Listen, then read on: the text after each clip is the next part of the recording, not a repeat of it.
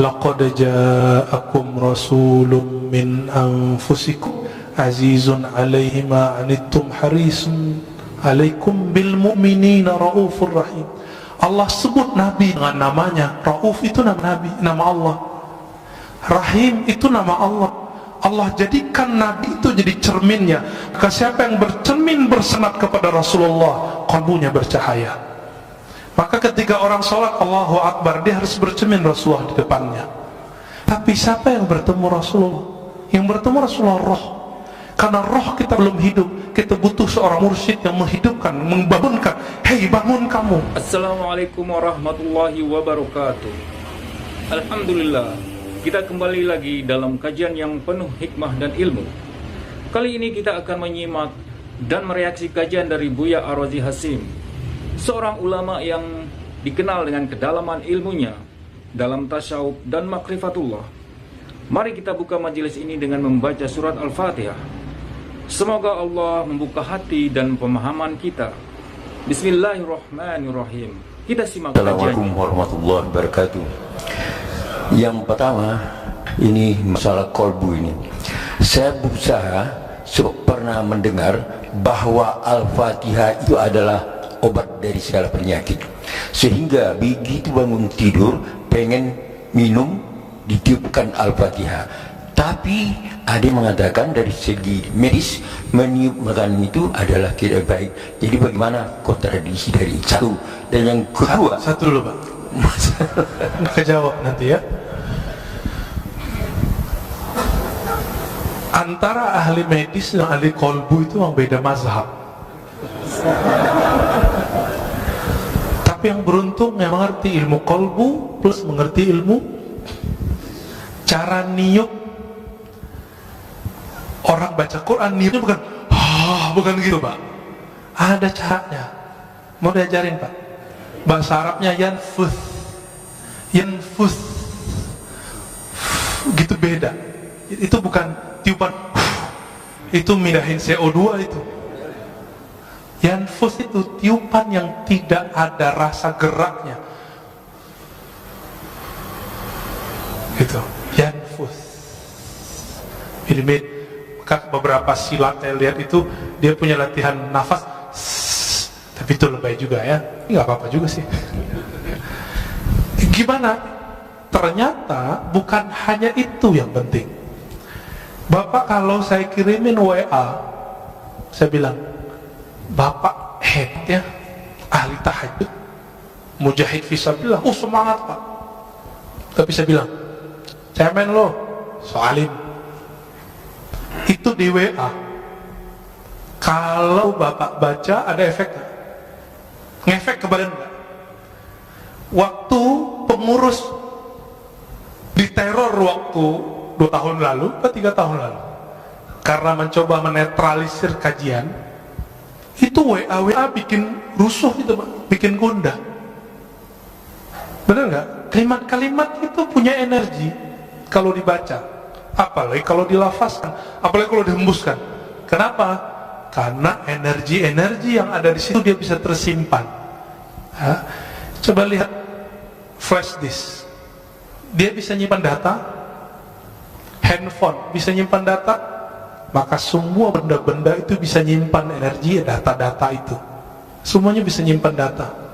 Kenapa sendal Imam Ahmad itu bisa mengeluarkan jin?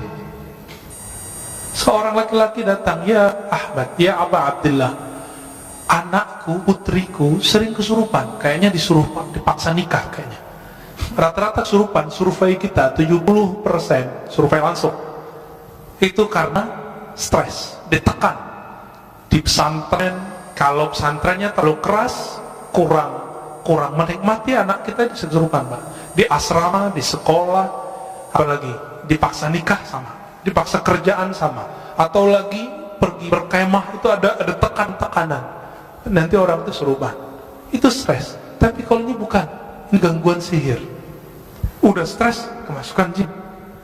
Apa katanya? Maaf saya lagi sibuk, ini sendalku tolong bawa, ketuk aja kepalanya, jangan digampar gitu ya, ketuk kepalanya. Akhirnya dia datang pulang, dia ketuk kepala si putrinya, langsung sembuh. Apa hubungannya sendal lama? Jadi ulama-ulama ahli qalbu itu untuk mengurus orang kesurupan nggak perlu baca ayat, Pak. Karena bacain ayat, jinnya juga hafiz. Diulang lagi hafalannya semua. Dia butuh memori kolbu yang tersimpan di situ. Maka caranya bukan dihembus, gitu Pak ya, ditiup. Ini saya tunjukin. Kita baca Bismillahirrahmanirrahim. Itu aja. Dia cuma transfer data aja. Data kalimat Al-Fatihah dipindahin ke situ. Diiktikadkan, ya Allah, tolong turunkan keberkahan Fatihah ke Abu Sa'id Al-Khudri udah bertahun-tahun diajarkan Al-Fatihah oleh Nabi. Tapi satu kali sebelum pulang Nabi panggil, ya Abu Sa'id, nanti sebelum pulang kamu temuin saya. Karena dia punya bakat ngobatin. Gak semua orang punya bakat ngobatin, Pak. Jadi bapak ini kalau gak punya bakat ngobatin, walaupun hafiz Quran, apalagi cuma hafil qul huwallahu ahad, jangan coba-coba ngeruqyah. Abu Sa'id orangnya berani, nekatan orangnya. Apa kata Nabi? Nih, saya kasih kamu hadiah. Ditunggu-tunggu, ternyata yang dibaca Nabi apa? Al-Fatihah. Tapi baca Fatihahnya beda zauknya, beda waridnya, beda ahwalnya ketika baca Fatihah saat sholat. Saat sholat baca Fatihah itu isinya adalah khudu, kerendahan kolbu. Di saat ini ada zikir obat di situ. Muncul sebuah riwayat hadis dhaif, Al-Fatihah shifa'un min kulli da'. Fatihah itu obat segala penyakit. Hadis dhaif, tapi Imam Ibnu Qayyim, murid Ibnu Taimiyah, Imam Salafi mengatakan apa? Ini mujarrab. Fatihah itu mujarrab. Benar Pak, mujarrab Pak. Cobain aja Pak. Terus gimana lagi setelah ditiup? Tutup dengan salawat Allahumma shalli ala Sayyidina Muhammad wa ala ali Sayyidina Muhammad. Lalu minta doa, ya Allah, berkahi air ini, jadikan dia obat untuk tubuhku, badanku. Gitu Pak. Jadi jangan pindahin CO2 nya. Oke? Ya. Yang kedua, satu lagi aja. Tambuh. Tambuh ya. Begini Ustaz. Jadi di dalam kita menetralisir diri ini, kami sering praktik bahwa menangis itu adalah lambang kecengengan. Jadi kami berusaha untuk tidak menjadi orang cengeng bagaimanapun perasaan, untuk berusaha tidak menangis, sehingga memang sulit untuk menangis. Sedangkan dikatakan kamu membaca Al-Quran itu cobalah menangis, kalaupun tidak bisa menangis berpura-pura lagi. Nah, kontradiksi lagi. Bagaimana sih? Hadis Iqra'ul Quran wabqa'alai fa illam tabku fatabaku. Itu hadisnya dhaif tapi boleh diamalkan. Bacalah Quran, menangislah. Jika kamu tidak sanggup menangis, maka kenapa susah nangis? Karena nggak pakai kolbu. Coba urus dulu kolbunya. Nanti Pak, kami 40 hari saya cuma diizinkan sebelum maghrib baca Quran sama guru saya. Kamu obatnya sekarang kolbu dulu, Fatihahnya ayat yang lain nanti aja dulu, dosisnya nanti. Maka saya dulu waktu umur 13 tahun, karena ada kewajiban sekolah harus hafal as-sajadah, sebelum maghrib saya baca as-sajadah, baca aja, tahu-tahu 40 hari hafal. Ketika selesai 40 hari, selesai zikir kolbu, saya baca Quran, baru di Bismillahirrahmanirrahim udah gak sanggup baca lagi. Tersenduh-senduh, cengeng gak? Enggak. Saya saat itu merasakan yang ngirim Quran itu ngomong, lagi kirim. So, di zaman-zaman dahulu, zaman-zaman masih pakai surat, kalau orang rindu, maka dia bukalah surat yang ada di lemari, surat dari kekasihnya. Masih ingat gak? Dibuka, beberapa orang nangis. Dulu saya masih ingat bapak saya pertama saya ke Jakarta itu kirim surat Ananda gitu ya. Itu surat saya simpen. Sekarang karena pindahan nggak tahu masih ada, kayaknya masih ada. Ya. Kalau saya rindu, dulu kan belum ada handphone seperti sekarang. Saya buka aja itu bisa nangis. Kalau surat dari ayah ibu bisa bikin nangis, bagaimana dengan Allah yang mewasiatkan untuk berbuat baik ke ayah dan ibu? Lebih nangis lagi. Maka munculkan dulu zikir qalbunya, baru kita, inilah ayat pertama, Iqra bismi rabbik, bacalah nama Rabbmu. Jangan pakai dengan itu kalau bahasa Indonesia kesannya dengan nama, kesannya beriringan, padahal bi di situ li taukid, bacalah benar-benar nama Rabbmu. Siapa nama Rabb kita? Allah, itu zikirnya Allah. Terus semakin kuat menabung nama Allah itu, karena Allah itu besar, maka akan muncul tangis. Tangis itu nggak cengeng, Pak. Tangis itu satu tetesnya mampu memadamkan api neraka. Cengeng nggak? Yang cengeng itu nangis kemana-mana, nggak bisa memadamkan api neraka. Api kemarahan istri nggak bisa marah, Pak. Ya. Apakah itu cengeng? Tidak. Di Quran banyak sekali ayat-ayat yang menyebutkan salah satu ahwal para kekasih Allah adalah nangis. Ya bukun, ya, mereka nangis. Nah, bahkan ada sindiran orang yang suka ketawa, ya, tertawalah sedikit, nangislah banyak. Ada ayatnya. Ini terakhir, Imam Al-Hafiz Abdul Awwal Abul Waqt As-Sijizi Al-Harami, guru dari Ibnul Jauzi, guru imam ahli hadis, pakar hadis palsu, didatangi oleh seseorang. Dia pengarang kitab Arba'un Al-Buldaniyah. Ketika dia datang, dia bilang, wahai tuan guru Abul Waqt Abdul Awwal, aku sudah lama ingin ngaji kepadamu, dan aku beruntung dapat keberkahan semajlis denganmu. Mendengar itu, Imam Abdul Awwal langsung nangis. Apa kata beliau? Lau arafta, kalau engkau mengenal aku, mazurtani, engkau tidak akan ziarahi aku. Kalau engkau tahu aibku, engkau tidak akan memandang keberkahan ada padaku. Lalu beliau nangis dan semua yang hadir nangis. Apa kata beliau? Kami dapat hadis, ribuan kali dapat hadis, tapi kalimat yang barusan kami dengar lebih kami sukai dari semua hadis yang selama ini kami dengar. Baru sebutkan hadis. Dikasih makan nggak mau makan beliau. Kenapa? Sudah nangis duluan. Jadi majelisnya ahli qalbu dari dulu itu nangis. Dan Imam Abdul Awwal ketika sakaratul maut, murid-muridnya ngumpul. Apa kata salah satu muridnya? Gurunya ini zikir dalam qalbunya, tapi muridnya nggak dengar. Kata si muridnya agak kurang sopan. Si muridnya dapat hadis, lakinu mautakum la ilaha illallah, talkinkan orang yang sakarat la ilaha illallah. Wahai tuan guru, baca la ilaha illallah. Kata si murid. Apa kata gurunya? Aku sudah di dalamnya, ngapain kamu tegur-tegur lagi? Aku lagi asik, jangan diganggu lagi. Lalu terus menyebut Allah, ya Allah. Dan ketika Allah itu terus dibaca, dan belum meninggal dalam keadaan menyebut ya Allah. Udah. Inti la ilaha illallah di mana? Allah. Kalau nggak ada kalimat Allah, ada nggak la ilaha illallah? Nah, inilah talqin pertama yang saya dapat dari guru saya, Syekh Muhammad Nuruddin, yang tadi saya cerita di awal, yang ketika beliau wafat jadi hujan batu. Apa kata beliau? Zikir itu intinya satu, Allah. Kan semua zikir Allah melahirkan la ilaha illallah paling tinggi, lalu bawahnya Allahu Akbar, lalu bawahnya Subhanallah, lalu bawahnya Alhamdulillah, lalu di bawahnya la haula wa quwwata illa billah. Semuanya Allah, Allah, Allah. Maka kalau zikir nggak ada Allahnya, zikirnya hampa. Maka mulai dari zikir qalbu, insya Allah qalbunya selamat. Nanti Bapak bisa nangis. Ya, ada lagi. Ini khusus majelis senior nih ya, pantasan remisa buat majelis. Bismillahirrahmanirrahim. Ustaz, Assalamualaikum warahmatullahi wabarakatuh. Assalamualaikum warahmatullahi wabarakatuh. Saya pagi ini dapat guru kolbu nih. Alhamdulillah. Ya, alhamdulillah. Guru Bapak di samping Pak. Ini saya kenal beliau 40 tahun yang lalu, Pak.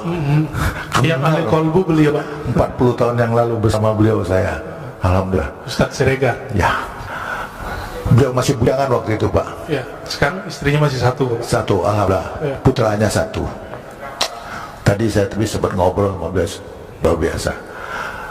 Tolong Pak, pada saat Pak Ustaz menemukan belajar kolbu itu, siapa cerminnya? Sekian, wassalamualaikum warahmatullahi wabarakatuh. Ini tanya bertanya itu Pak ya. Saya jawabnya 2. Tapi itu tergantung makomnya kita.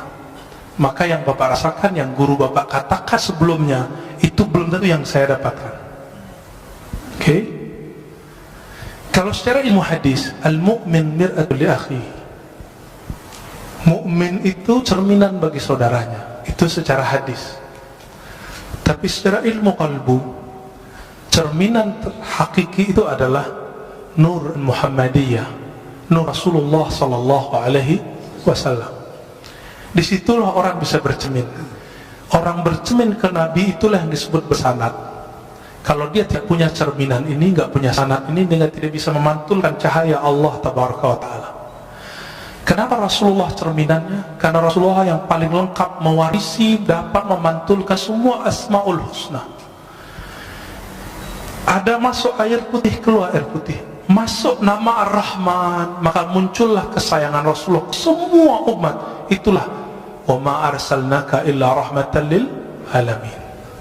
Muncul Ar-Rahim, maka Nabi SAW mencintai. Itu surat laqad ja'akum Al-Bara'ah ayat terakhir, bagian 2 terakhir. Wabil mu'minina ra'ufur rahim. Wabil mu'minina ra'ufur rahim. Kawan hal-halat, tapi beda mazhab, beda tariqah. Namanya Imam Ash-Shibli. Beliau itu ketika wafat dapat kabar dari seseorang. Seseorang ini memuliakan imam ini. Lalu ditanya dalam mimpi, orang ini bertemu Rasulullah. Wahai Rasulullah, kenapa engkau memuliakan si Shibli? Apa jawaban Rasulullah dalam mimpinya? Bagaimana aku tidak memuliakannya? Dia telah menjadikan aku cerminannya. Setiap selesai salat dia berikan, laqad ja'akum rasulun min anfusikum azizun alaihi ma anittum harisun alaikum bil mu'minina raufur rahim. Allah sebut Nabi dengan namanya. Rauf itu nama Nabi, nama Allah. Rahim itu nama Allah. Allah jadikan Nabi itu jadi cerminnya.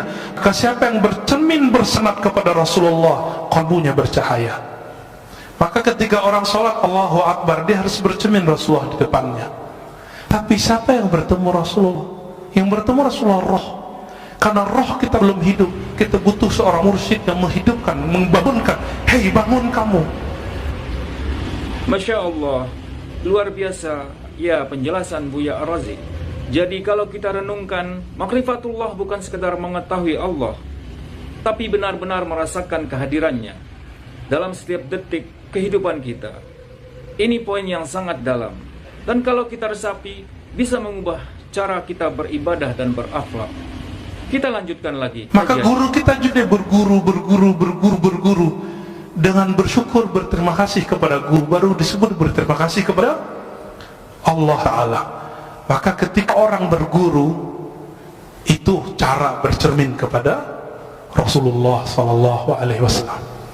Itu yang saya dapatkan. Mungkin yang Bapak dapatkan, guru Bapak dapatkan beda, ya. Tapi kalau ilmunya dari Allah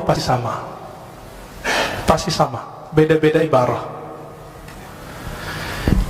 Ya Ustaz, singkat aja. Assalamualaikum Ustaz. Terakhir Pak ya. Iya Ustaz, apakah betul Ustaz Ya. Nabi Ibrahim alaihissalam itu dibakar? Kan sifat api itu diambil sama Allah menjadi dingin. Jadi pertanyaan saya ini Ustaz, betul nggak sih itu ibu-ibu yang sedang masak itu masakannya tidak ada matang karena sifat api tidak ditarik sama Allah? Oke. Itu semangat Ustaz. Jangan dipakai lagi Pak ilmu itu ya. Jangan dipakai lagi zikir itu. Zikir itu kata Imam Abu Ali Ad-Daqqaq, kasilah, seperti pisau, seperti senjata. Sampai di tangan wali jadi karamat, sampai di tangan fasik jadi sihir. Sama-sama zikir, sama-sama zikir. Sampai di orang nakal jadi pelet. Sampai di orang tamak, maka waqiahnya bukan untuk ketemu Allah, waqiahnya supaya ngumpulin harta. Dia rajin waqiah, rajin haji umrah. Sekarang umrah udah nggak boleh. Mau minta ke siapa lagi? Ini mau proyek nih, umrah dulu nih. Sekarang Allahnya nahan dulu, gak usah khawatir ya. Kita sedih, tidak ada orang umrah. Dalam sejarah umat Islam itu udah biasa. Bedanya dulu kaum Tatar datang nyerang, nggak ada umroh, nggak ada haji. Kalau sekarang yang nyerang virus, ya, corona. Ya, dulu ada taun namanya. Dan jadi ini bukan kejadian pertama, dan ini bukan pertanda kiamat sebentar lagi tahun ini sudah keluar Dajjal, bukan. Ya, itu hoax itu. Kalau ya dari dulu dong keluar Dajjalnya. Majelis kita jangan dirusak oleh hadis-hadis palsu. Salah satu hadis palsu yang berkembang hari ini adalah kalau Ramadan hari Jumat maka terjadi dentuman 15 Ramadan, muncullah dukhan, nanti kekacauan di Arab. Arab itu udah kacau udah lama. Setelah Nabi wafat, para sahabat Khulafaur Rasyidin meninggal, itu Arab sampai hari ini kacau. Gak berhenti Bapak baca sejarah. Saya hobi baca buku-buku sejarah. Kitab Al-Bidayah wa Nihayah Ibnu Katsir 14 jilid kita khatamkan karena kita tahu kapan saja ada konflik. Ibnu Khaldun, ya, Rihlah Ibnu Battuta, Tarikhul Islam Ibnu Zahabi sama menyebutkan tahun yang sama, gak beda. Jadi nggak usah khawatir, insya Allah nanti Allah angkat, ya Allah marfa'anna. Maka doa kunut sekarang hampir wajib. Namanya kunut subuh plus nazilah. Ya, kalau bisa ditambahkan kepada imam, tolong kasih tahu, Allah fa'idfa'annal bala wal waba. Ya Allah, tolak bala dan wabah dari kami, wabah virus. Ya, insya Allah Allah jauhkan. Jadi kalaupun flu, insya Allah nggak corona Pak, insya Allah ya. Kalaupun kena, waqina syarra ma qadait. Apa itu waqina syarra ma qadait? Kalaupun kami kena, tapi tolong haluskan kenanya ya Allah. Insya Allah nggak parah. Kalaupun parah Allah ambil nyawanya langsung biar gak susah hidupnya. Gitu. Jadi jangan diamalin lagi Pak ya. Ya. Kalau ada teman Bapak kasih tahu, jangan coba-coba pakai zikir itu untuk menahan biar ibu gak matang. Biasanya itu kalau orang ke resto tuh ya, dikerjain dapurnya. Di kampung saya dulu banyak. Sekarang orang-orang udah banyak yang soleh Pak. Ya.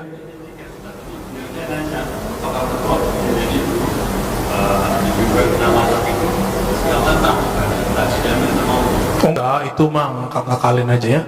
Yang pasti di situ muncul kaidah Ahlussunnah. Apa kaidah dalam akidah Ahlussunnah?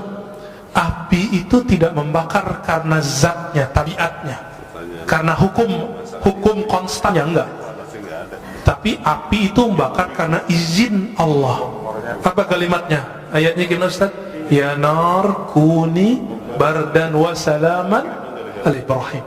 Wahai api, jadilah kamu kuni itu kan asalnya kun, karena nar itu dia bukan benda yang berakal, disebut kuni, disebut dia feminim pakai ya, kuni, hendaklah kamu menjadi keadaannya dingin.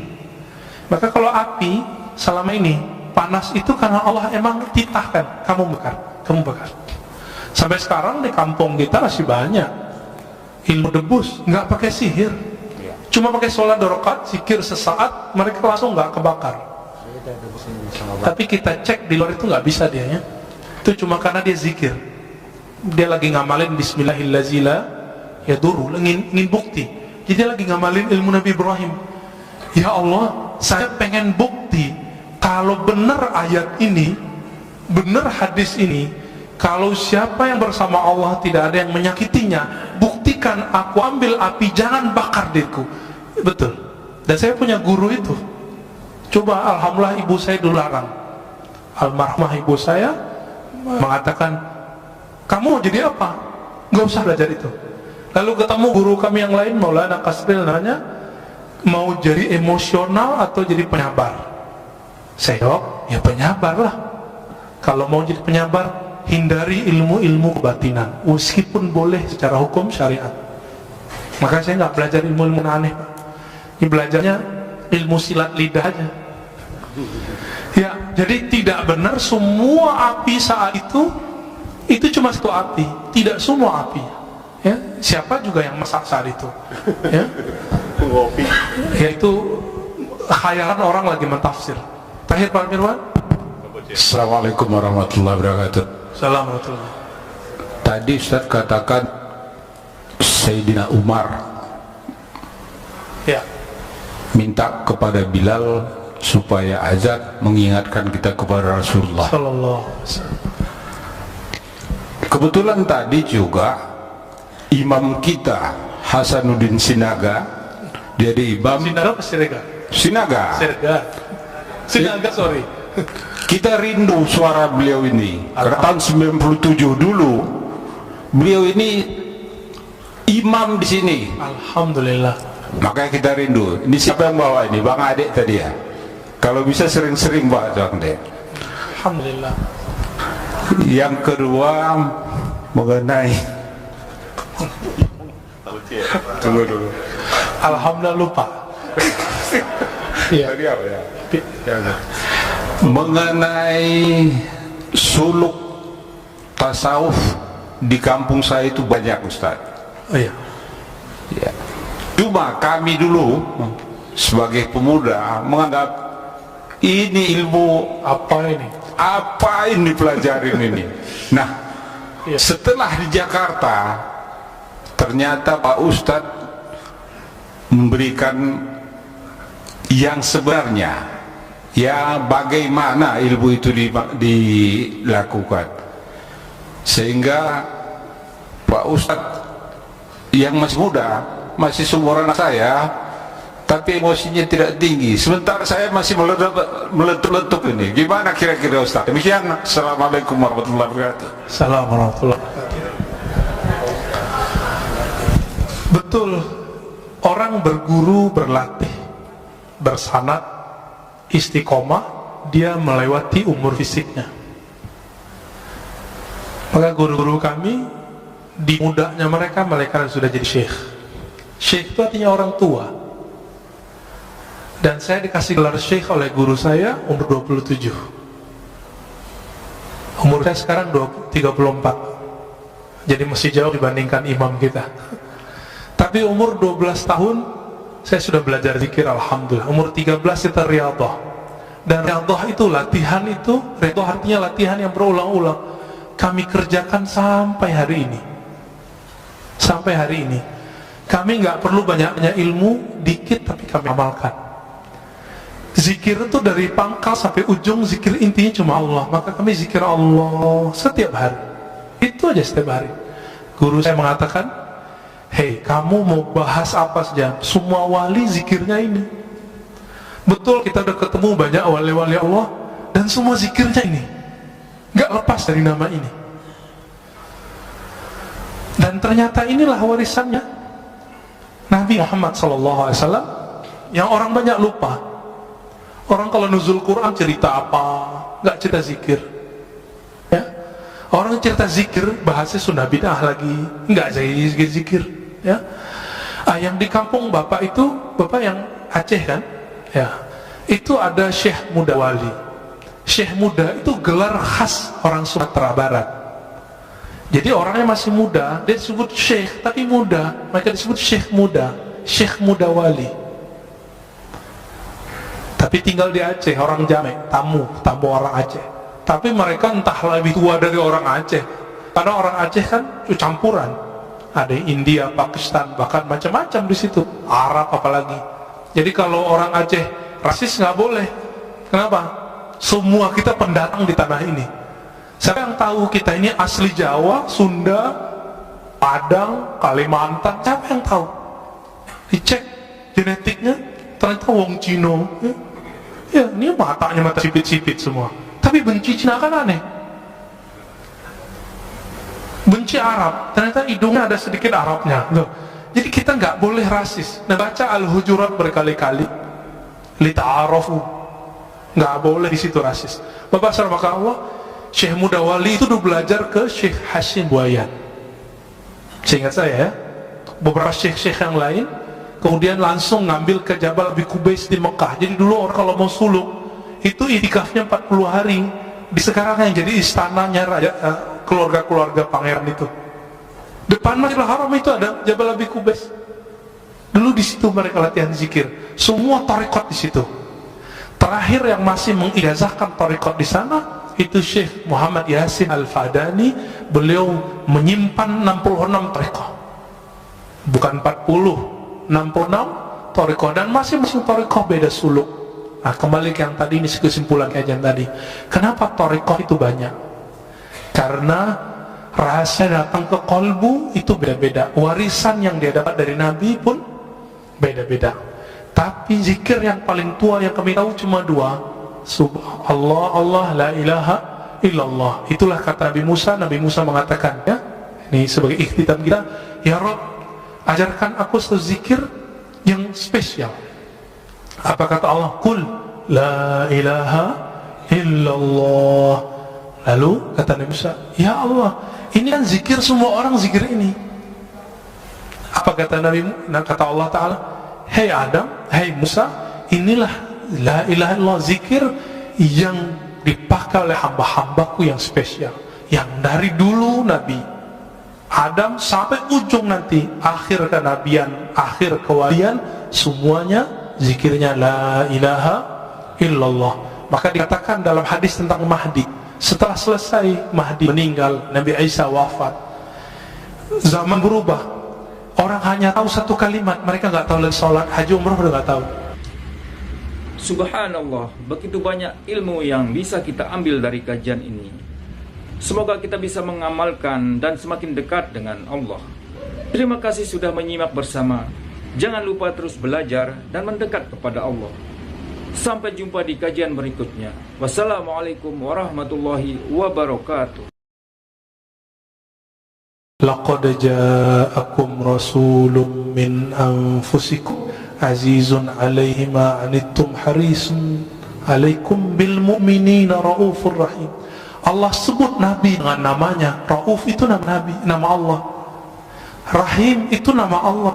Allah jadikan Nabi itu jadi cerminnya. Maka siapa yang bercermin bersenat kepada Rasulullah, kalbunya bercahaya.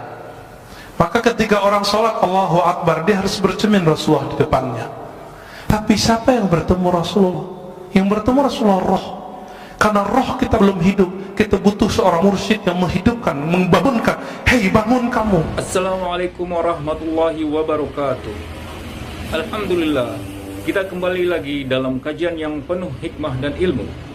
Kali ini kita akan menyimak dan mereaksi kajian dari Buya Ar-Razi Hasim, seorang ulama yang dikenal dengan kedalaman ilmunya dalam tasyawuf dan makrifatullah.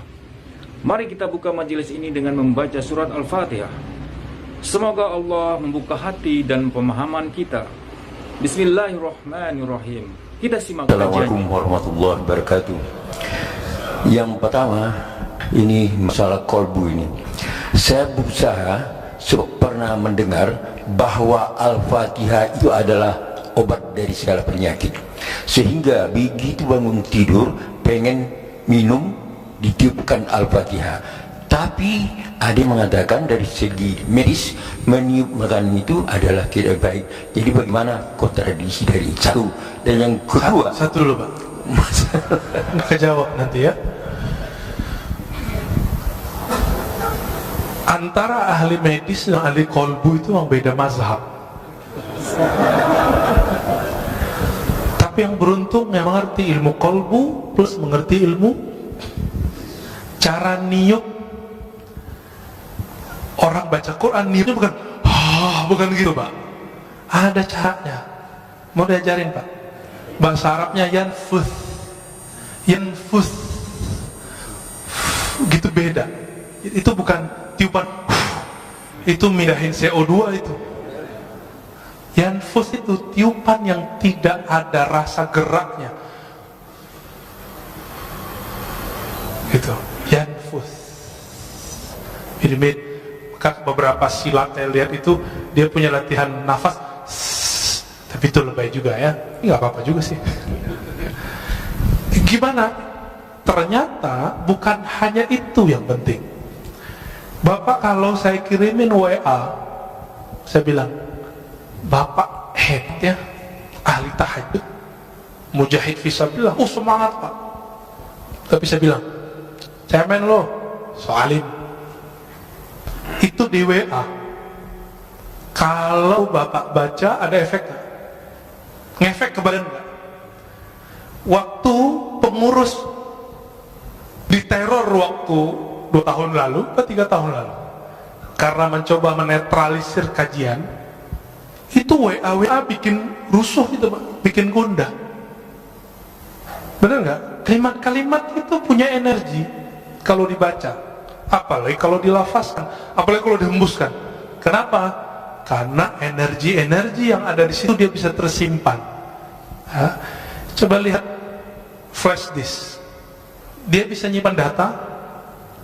Handphone bisa nyimpan data, maka semua benda-benda itu bisa nyimpan energi, data-data itu semuanya bisa nyimpan data. Kenapa sendal Imam Ahmad itu bisa mengeluarkan jin? Seorang laki-laki datang, "Ya Ahmad, ya Aba Abdillah, anakku, putriku sering kesurupan, kayaknya dipaksa nikah kayaknya." Rata-rata kesurupan, survei kita 70% survei langsung itu karena stres, ditekan di pesantren. Kalau pesantrennya terlalu keras, kurang menikmati anak kita kesurupan Pak. Di asrama, di sekolah, apalagi dipaksa nikah sama, dipaksa kerjaan sama, atau lagi pergi berkemah itu ada tekanan, nanti orang itu kesurupan. Itu stres. Tapi kalau ini bukan, ini gangguan sihir. Udah stres, kemasukan jin. Apa katanya? Maaf saya lagi sibuk, ini sendalku, tolong bawa, ketuk aja kepalanya, jangan digampar gitu ya, ketuk kepalanya. Akhirnya dia datang pulang, dia ketuk kepala si putrinya, langsung sembuh.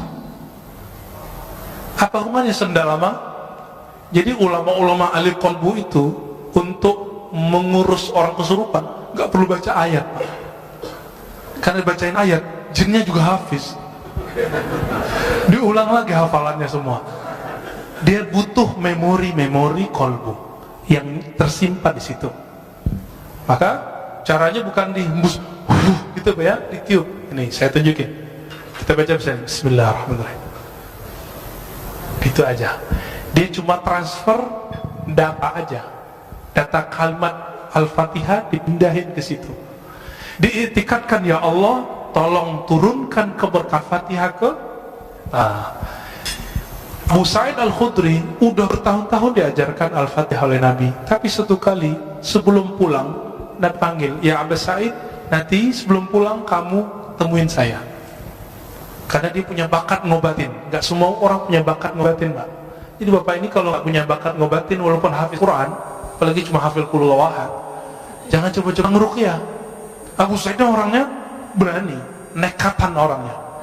Apa kata Nabi? "Nih, saya kasih kamu hadiah." Ditunggu-tunggu, ternyata yang dibaca Nabi apa? Al-Fatihah. Tapi baca Fatihahnya beda zauknya, beda waridnya, beda ahwalnya ketika baca Fatihah saat sholat. Saat sholat baca Fatihah itu isinya adalah khudu, kerendahan qalbu. Di saat ini ada zikir obat di situ. Muncul sebuah riwayat hadis dhaif, Al-Fatihah shifa'un min kulli da'. Fatihah itu obat segala penyakit. Hadis dhaif, tapi Imam Ibnu Qayyim, murid Ibnu Taimiyah, Imam Salafi mengatakan apa? Ini mujarrab. Fatihah itu mujarrab. Benar Pak, mujarrab Pak. Cobain aja Pak. Terus gimana lagi setelah ditiup? Tutup dengan salawat, Allahumma shalli ala Sayyidina Muhammad wa ala ali Sayyidina Muhammad. Lalu minta doa, ya Allah, berkahi air ini, jadikan dia obat untuk tubuhku, badanku. Gitu Pak. Jadi jangan pindahin CO2-nya. Oke? Ya. Yang kedua, satu lagi aja. Tambuh. Tambuh cia. Begini Ustaz. Jadi di dalam kita menetralisir diri ini, kami sering praktik bahwa menangis itu adalah lambang kecengengan. Jadi kami berusaha untuk tidak menjadi orang cengeng bagaimanapun perasaan, untuk berusaha tidak menangis, sehingga memang sulit untuk menangis. Sedangkan dikatakan kamu membaca Al-Quran itu cobalah menangis, kalaupun tidak bisa menangis berpura-pura ada lagi. Nah, kontradiksi lagi. Bagaimana sih? Hadis Iqra'ul Quran wabqa alaihi fa lam tabku fatabaku. Itu hadisnya dhaif tapi boleh diamalkan. Bacalah Quran, menangislah. Jika kamu tidak sanggup menangis, maka kenapa susah nangis? Karena nggak pakai kolbu. Coba urus dulu kolbunya, nanti Pak, kami 40 hari, saya cuma diizinkan sebelum maghrib baca Quran sama guru saya. Kamu obatnya sekarang kolbu dulu, Fatihahnya ayat yang lain nanti aja dulu, dosisnya nanti. Maka saya dulu waktu umur 13 tahun, karena ada kewajiban sekolah harus hafal as-sajadah, sebelum maghrib saya baca as-sajadah, baca aja, tahu-tahu 40 hari hafal. Ketika selesai 40 hari, selesai zikir kolbu, saya baca Quran, baru di Bismillahirrahmanirrahim udah gak sanggup baca lagi. Tersenduh-senduh, cengeng gak? Enggak. Saya saat itu merasakan yang ngirim Quran itu ngomong, lagi kirim. So, di zaman-zaman dahulu, zaman-zaman masih pakai surat, kalau orang rindu, maka dia bukalah surat yang ada di lemari, surat dari kekasihnya. Masih ingat gak? Dibuka, beberapa orang nangis. Dulu saya masih ingat, bapak saya pertama saya ke Jakarta, itu kirim surat Ananda gitu ya. Itu surat saya simpen. Sekarang karena pindahan nggak tahu masih ada, kayaknya masih ada ya. Kalau saya rindu, dulu kan belum ada handphone seperti sekarang, saya buka aja itu bisa nangis. Kalau surat dari ayah ibu bisa bikin nangis, bagaimana dengan Allah yang mewasiatkan untuk berbuat baik ke ayah dan ibu? Lebih nangis lagi. Maka munculkan dulu zikir qalbunya, baru kita, inilah ayat pertama, Iqra bismi rabbik, bacalah nama Rabbmu.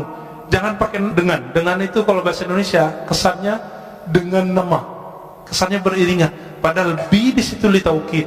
Bacalah benar-benar nama Rabbmu. Siapa nama Rabb kita? Allah, itu zikirnya Allah. Terus semakin kuat menabung nama Allah itu, karena Allah itu besar, maka akan muncul tangis. Tangis itu nggak cengeng, Pak. Tangis itu satu tetes yang mampu memadamkan api neraka. Cengeng nggak? Yang cengeng itu nangis kemana-mana, nggak bisa memadamkan api neraka. Api kemarahan istri nggak bisa marah, Pak. Ya. Apakah itu cengeng? Tidak. Di Quran banyak sekali ayat-ayat yang menyebutkan salah satu ahwal para kekasih Allah adalah nangis. Ya bukun, ya. Mereka nangis. Nah, bahkan ada sindiran orang yang suka ketawa, ya. Tertawalah sedikit, nangislah banyak. Ada ayatnya. Ini terakhir. Imam Al-Hafiz Abdul Awwal Abul Waqt As-Sijizi Al-Haram, guru dari Ibnul Jauzi, guru imam ahli hadis, pakar hadis palsu, didatangi oleh seseorang. Dia pengarang kitab Arba'un Al-Buldaniyah. Ketika dia datang, dia bilang, wahai tuan guru Abul Waqt Abdul Awwal, aku sudah lama ingin ngaji kepadamu, dan aku beruntung dapat keberkahan semajlis denganmu. Mendengar itu, Imam Abdul Awwal langsung nangis. Apa kata beliau? Lau arafta, kalau engkau mengenal aku, mazurtani, engkau tidak akan ziarahi aku. Kalau engkau tahu aibku, engkau tidak akan memandang keberkahan ada padaku. Lalu beliau nangis dan semua yang hadir nangis. Apa kata beliau? Kami dapat hadis, ribuan kali dapat hadis, tapi kalimat yang barusan kami dengar lebih kami sukai dari semua hadis yang selama ini kami dengar. Baru sebutkan hadis. Dikasih makan nggak mau makan beliau. Kenapa? Sudah nangis duluan. Jadi majelisnya ahli qalbu dari dulu itu nangis. Dan Imam Abdul Awwal ketika sakaratul maut, murid-muridnya ngumpul. Apa kata salah satu muridnya? Gurunya ini zikir dalam qalbunya, tapi muridnya nggak dengar. Kata si muridnya agak kurang sopan. Si muridnya dapat hadis, lakinu mautakum la ilaha illallah, talkinkan orang yang sakarat la ilaha illallah. Wahai tuan guru, baca la ilaha illallah. Kata si murid. Apa kata gurunya? Aku sudah di dalamnya, ngapain kamu tegur-tegur lagi? Aku lagi asik, jangan diganggu lagi. Lalu terus menyebut Allah, ya Allah. Dan ketika Allah itu terus dibaca, dan belum meninggal dalam keadaan menyebut Ya Allah. Udah. Inti la ilaha illallah di mana? Allah. Kalau nggak ada kalimat Allah, ada nggak la ilaha illallah? Nah, inilah talqin pertama yang saya dapat dari guru saya, Syekh Muhammad Nuruddin, yang tadi saya cerita di awal. Yang ketika beliau wafat jadi hujan batu. Apa kata beliau? Zikir itu intinya satu, Allah. Kan semua zikir Allah melahirkan la ilaha illallah paling tinggi. Lalu bawahnya Allahu Akbar, lalu bawahnya Subhanallah, lalu bawahnya Alhamdulillah, lalu di bawahnya la haula wala quwwata illa billah. Semuanya Allah, Allah, Allah. Maka kalau zikir nggak ada Allah, zikirnya hampa. Maka mulai dari zikir qalbu, insya Allah qalbunya selamat. Nanti Bapak bisa nangis. Ya, ada lagi.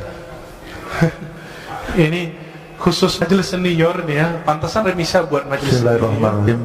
Ustaz, Assalamualaikum warahmatullahi wabarakatuh. Assalamualaikum. Saya pagi ini dapat guru kolbu nih. Alhamdulillah. Ya, alhamdulillah. Guru Bapak di samping Pak. Ini saya kenal beliau 40 tahun yang lalu, Pak. Yang ahli kolbu beliau Pak. 40 tahun yang lalu bersama beliau saya. Alhamdulillah. Ustadz Siregar. Ya. Beliau masih bujangan waktu itu, Pak. Ya. Sekarang istrinya masih satu Pak. Satu, alhamdulillah. Ya. Putranya satu. Tadi saya sempat ngobrol sama beliau, luar biasa. Tolong Pak, pada saat Pak Ustaz menemukan belajar kolbu itu, siapa cerminnya? Sekian, wassalamualaikum warahmatullahi wabarakatuh. Ini tanya bertanya itu Pak ya. Saya jawabnya dua. Tapi itu tergantung makomnya kita. Maka yang Bapak rasakan, yang guru Bapak katakan sebelumnya, itu belum tentu yang saya dapatkan. Oke? Kalau secara ilmu hadis, al-mu'min mir'atul li akhi. Mukmin itu cerminan bagi saudaranya. Itu secara hadis. Tapi secara ilmu kalbu, cerminan hakiki itu adalah nur Muhammadiyah, nur Rasulullah sallallahu alaihi wasallam. Disitulah orang bisa bercermin. Orang bercermin ke Nabi itulah yang disebut bersanad. Kalau dia tidak punya cerminan ini, nggak punya sanad ini, dia tidak bisa memantulkan cahaya Allah tabaraka wa ta'ala. Kenapa Rasulullah cerminannya? Karena Rasulullah yang paling lengkap mewarisi, dapat memantulkan semua asmaul husna. Ada masuk air putih, keluar air putih. Masuk nama Ar-Rahman, maka muncullah kesayangan Rasulullah. Semua umat, itulah wa ma arsalnaka illa rahmatan lil alamin. Muncullah Ar-Rahim, maka Nabi SAW mencintai. Itu surat laqad ja'akum Al-Bara'ah ayat terakhir, bagian 2 terakhir. Wabil mu'minina ra'ufur rahim. Wabil mu'minina ra'ufur rahim. Kawan hal-halat, tapi beda mazhab, beda tariqah. Namanya Imam Ash-Shibli. Beliau itu ketika wafat dapat kabar dari seseorang. Seseorang ini memuliakan imam ini. Lalu ditanya dalam mimpi, orang ini bertemu Rasulullah. Wahai Rasulullah, kenapa engkau memuliakan si Shibli? Apa jawaban Rasulullah dalam mimpinya? Bagaimana aku tidak memuliakannya? Dia telah menjadikan aku cerminannya. Setiap selesai salat dia wiridkan, laqad ja'akum rasulun min anfusikum azizun alaihi ma anittum harisun alaikum bil mu'minina raufur rahim. Allah sebut Nabi dengan namanya. Rauf itu nama Nabi, nama Allah. Rahim itu nama Allah. Allah jadikan Nabi itu jadi cerminnya. Maka siapa yang bercermin bersenat kepada Rasulullah, kalbunya bercahaya. Maka ketika orang sholat Allahu Akbar, dia harus bercermin Rasulullah di depannya. Tapi siapa yang bertemu Rasulullah? Yang bertemu Rasulullah roh. Karena roh kita belum hidup, kita butuh seorang mursyid yang menghidupkan, membangunkan. Hei, bangun kamu. Masya Allah, luar biasa ya penjelasan Buya Ar-Razi. Jadi kalau kita renungkan, makrifatullah bukan sekedar mengetahui Allah, tapi benar-benar merasakan kehadirannya dalam setiap detik kehidupan kita. Ini poin yang sangat dalam. Dan kalau kita resapi, bisa mengubah cara kita beribadah dan berakhlak. Kita lanjutkan lagi. Maka guru kita juga berguru dengan bersyukur, berterima kasih kepada guru, baru disebut berterima kasih kepada Allah Ta'ala. Maka ketika orang berguru, itu cara bercermin kepada Rasulullah Sallallahu Alaihi Wasallam. Itu yang saya dapatkan. Mungkin yang Bapak dapatkan, guru Bapak dapatkan beda, ya. Tapi kalau ilmunya dari Allah pasti sama, beda-beda ibarah. Ya Ustaz, singkat aja. Assalamualaikum Ustaz. Terakhir Pak ya. Iya Ustaz, apakah betul Ustaz? Ya. Nabi Ibrahim alaihissalam itu dibakar. Kan sifat api itu diambil sama Allah menjadi dingin. Jadi pertanyaan saya ini Ustaz, betul nggak sih itu ibu-ibu yang sedang masak itu masakannya tidak ada matang karena sifat api tidak ditarik sama Allah? Oke. Itu mas Ustaz. Jangan dipakai lagi Pak ilmu itu ya. Jangan dipakai lagi zikir itu. Zikir itu kata Imam Abu Ali Ad-Daqqaq kasilah, seperti pisau, seperti senjata. Sampai di tangan wali jadi karamat, sampai di tangan fasik jadi sihir. Sama-sama zikir, sama-sama zikir. Sampai di orang nakal jadi pelet. Sampai di orang tamak, maka waqiahnya bukan untuk ketemu Allah, waqiahnya supaya ngumpulin harta. Dia rajin waqiah, rajin haji umrah. Sekarang umrah udah nggak boleh. Mau minta ke siapa lagi? Ini mau proyek nih, umrah dulu nih. Sekarang Allahnya nahan dulu, gak usah khawatir ya. Kita sedih, tidak ada orang umrah. Dalam sejarah umat Islam itu udah biasa. Bedanya dulu kaum Tatar datang nyerang, gak ada umrah, gak ada haji. Kalau sekarang yang nyerang virus ya, corona ya, dulu ada ta'ud namanya. Dan jadi ini bukan kejadian pertama, dan ini bukan pertanda kiamat sebentar lagi, tahun ini sudah keluar Dajjal, bukan ya, itu hoax itu. Kalau ya dari dulu dong keluar Dajjalnya. Majelis kita jangan dirusak oleh hadis-hadis palsu. Salah satu hadis palsu yang berkembang hari ini adalah kalau Ramadan hari Jumat maka terjadi dentuman 15 Ramadan, muncullah dukhan, nanti kekacauan di Arab. Arab itu udah kacau udah lama. Setelah Nabi wafat, para sahabat Khulafaur Rasyidin meninggal. Itu Arab sampai hari ini kacau. Gak berhenti Bapak baca sejarah. Saya hobi baca buku-buku sejarah. Kitab Al-Bidayah wa Nihayah Ibnu Katsir 14 jilid kita khatamkan karena kita tahu kapan saja ada konflik. Ibnu Khaldun ya, Rihlah Ibnu Battuta, Tarikhul Islam Ibnu Zahabi sama menyebutkan tahun yang sama, gak beda. Jadi gak usah khawatir, insya Allah nanti Allah angkat ya, Allah marfa'anna. Maka doa kunut sekarang hampir wajib. Namanya kunut subuh plus nazilah ya. Kalau bisa ditambahkan kepada imam, tolong kasih tahu Allah fa'idfa'annal bala wal waba, ya Allah tolak bala dan wabah dari kami, wabah virus ya, insya Allah Allah jauhkan.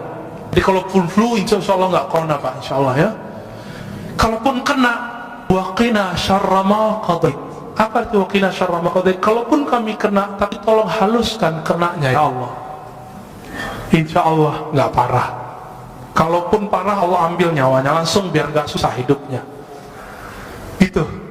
Jadi jangan diamalin lagi Pak ya. Ya. Kalau ada teman Bapak kasih tahu, jangan coba-coba pakai zikir itu untuk menahan biar ibu nggak matang. Biasanya itu kalau orang ke resto tuh ya, dikerjain dapurnya. Di kampung saya dulu banyak. Sekarang orang-orang udah banyak yang soleh Pak. Ya.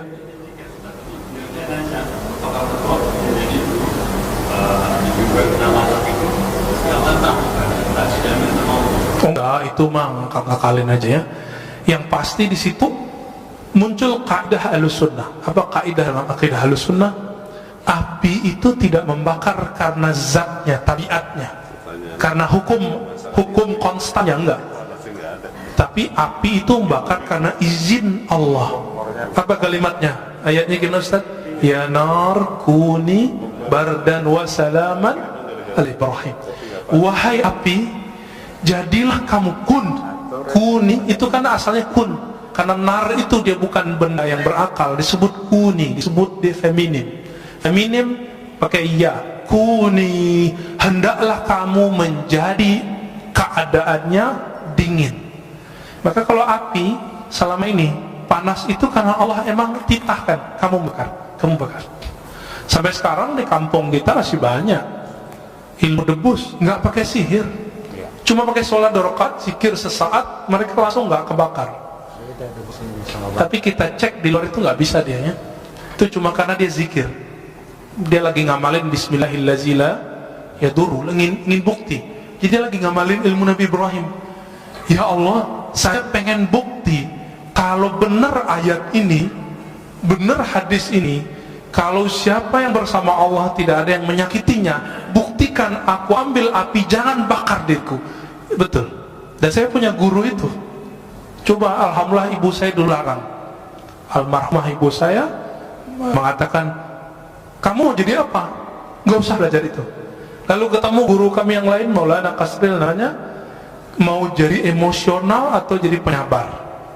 Saya jawab, ya penyabar lah. Kalau mau jadi penyabar, hindari ilmu-ilmu kebatinan, meskipun boleh secara hukum syariat. Maka saya nggak belajar ilmu-ilmu aneh, Pak. Ini belajarnya ilmu silat lidah aja. Ya, jadi tidak benar semua api saat itu cuma satu api, tidak semua api.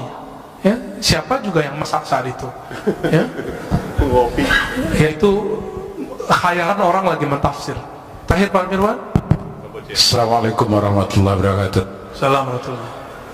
Tadi Ustaz katakan Sayyidina Umar Ya, minta kepada Bilal supaya azan mengingatkan kita kepada Rasulullah. Sallallahu alaihi wasallam. Kebetulan tadi juga imam kita Hasanuddin Sinaga, dia di imam Sinaga apa Sirega? Sinaga. Sinaga, sorry. Kita rindu suara beliau ini. Karena tahun 97 dulu beliau ini imam di sini. Alhamdulillah. Makanya kita rindu. Ini siapa yang bawa ini? Bang Adik tadi ya. Kalau bisa sering-sering bawa Bang Adik. Alhamdulillah. Yang kedua mengenai tunggu dulu. Alhamdulillah lupa. Iya.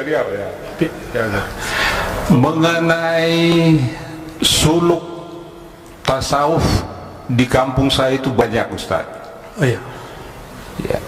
Cuma kami dulu sebagai pemuda menganggap ini ilmu apa ini pelajarin ini. Nah, iya. Setelah di Jakarta ternyata Pak Ustadz memberikan yang sebenarnya, ya bagaimana ilmu itu dilakukan, sehingga Pak Ustadz yang masih muda, masih seumuran saya, tapi emosinya tidak tinggi, sementara saya masih meletup ini. Gimana kira-kira Ustaz? Demikian. Assalamualaikum warahmatullahi wabarakatuh. Assalamualaikum warahmatullahi wabarakatuh. Betul, orang berguru, berlatih, bersanad, istiqomah, dia melewati umur fisiknya. Maka guru-guru kami di mudanya mereka sudah jadi syekh. Syekh itu artinya orang tua. Dan saya dikasih gelar syekh oleh guru saya umur 27. Umur saya sekarang 34. Jadi masih jauh dibandingkan imam kita. Tapi umur 12 tahun saya sudah belajar zikir, alhamdulillah. Umur 13 kita riyadhah. Dan riyadhah itu latihan itu, riyadhah artinya latihan yang berulang-ulang. Kami kerjakan sampai hari ini. Sampai hari ini. Kami nggak perlu banyak-banyak ilmu, dikit tapi kami amalkan. Zikir itu dari pangkal sampai ujung, zikir intinya cuma Allah. Maka kami zikir Allah setiap hari. Itu aja setiap hari. Guru saya mengatakan, hei, kamu mau bahas apa saja, semua wali zikirnya ini. Betul, kita udah ketemu banyak wali-wali Allah, dan semua zikirnya ini, nggak lepas dari nama ini. Dan ternyata inilah warisannya Nabi Muhammad SAW, yang orang banyak lupa. Orang kalau nuzul Quran cerita apa, nggak cerita zikir.